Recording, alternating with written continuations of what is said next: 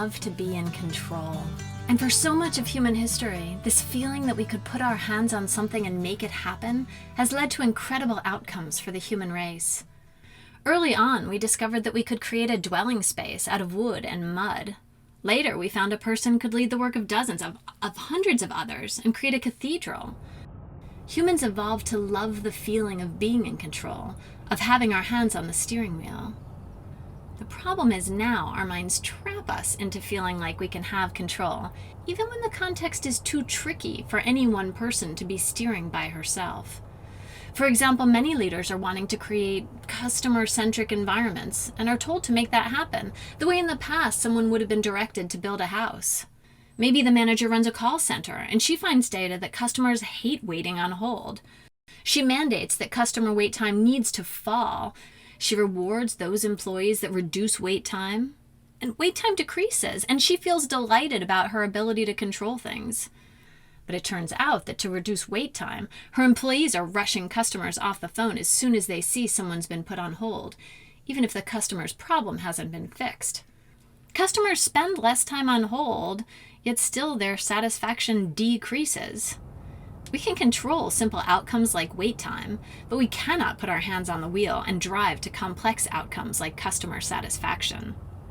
There's a way we know this. We know that holding too tightly when we cannot be in control actually makes things worse. And yet our bodies encourage our desire for control. When we feel we're in control, we're happier, we get sick less often, and we even live longer lives. Our desire for control is unlikely to ever change. But we can get out of the mind trap of control and consciously choose how we make sense of what it means to have control in the first place. Instead of craving direct control, when we care about complex outcomes, we have to shift to thinking about influence. We cannot control customer experience or psychological safety or innovation, even though all these things are vital.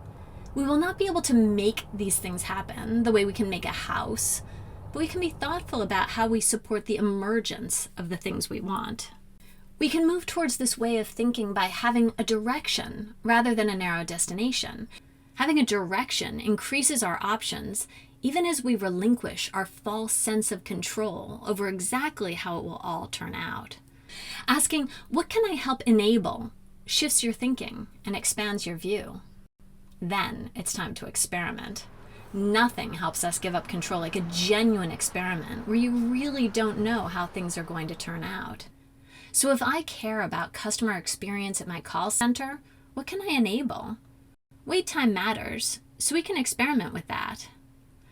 But having employees really connected to their purpose matters too.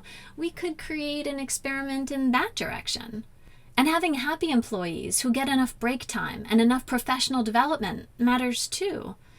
It will be a series of interconnecting parts that all influence the complex outcome we want, with no one in full control of anything. Really escaping the mind trap of control means watching the ways we wish we had control and knowing that in a complex world, it's all an illusion. It means finding joy in the discovery of influencing factors. And it means delighting in the amazing outcomes that can happen without our hands on the wheel at all.